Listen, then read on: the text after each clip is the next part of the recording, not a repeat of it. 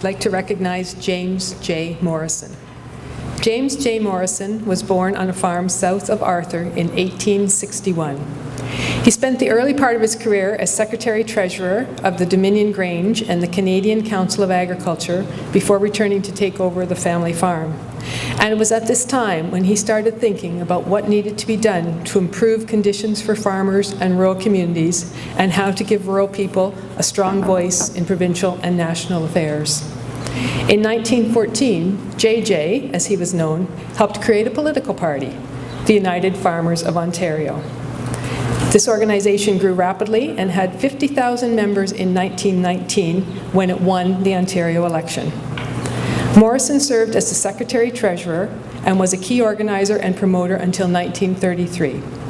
And while the UFO was in power, it initiated such things as a Mother's Allowance Act, a Minimum Wage Act for women, increased workers' compensation benefits, increased rural electrification, created the Province of Ontario Savings Office to lower lending rates to farmers, introduced the first major reforestation project in North America, and initiated our modern system of highways. Also in 1914, Morrison helped found the United Farmers Co-operative Company, which is now the Ontario Co-operative Association, to market farm products and negotiate fair prices for agricultural inputs. By 1941, there were 91 affiliated cooperatives in Ontario. In 1936, the United Farmers of Ontario formed the Ontario Chamber of Commerce, which is now, we know it as the Ontario Federation of Agriculture. And in 1941, the National Farm Radio Forum, an adult education program for farmers across Canada. Both of these initiatives resulted from the efforts of Morrison within the organization. James also mentored the first Canadian woman elected to the federal parliament, Agnes MacPhail, and in the 1940s, his own daughter, Ray Luckock, was elected as an MPP in the Ontario legislature.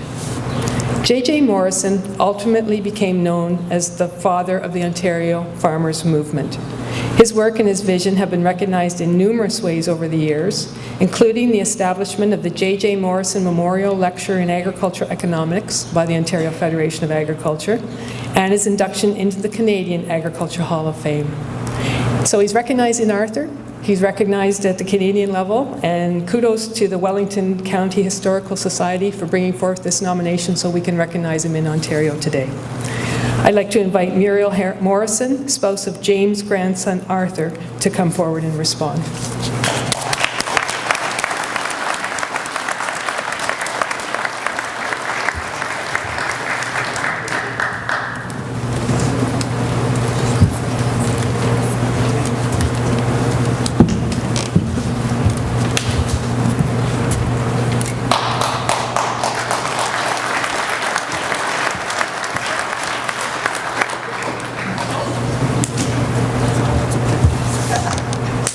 Stand up here on this spot.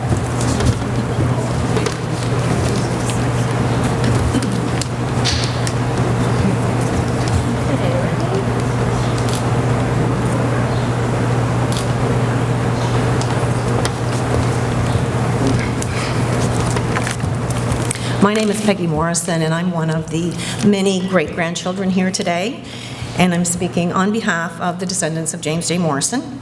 We're honored and proud to be part of today's ceremony.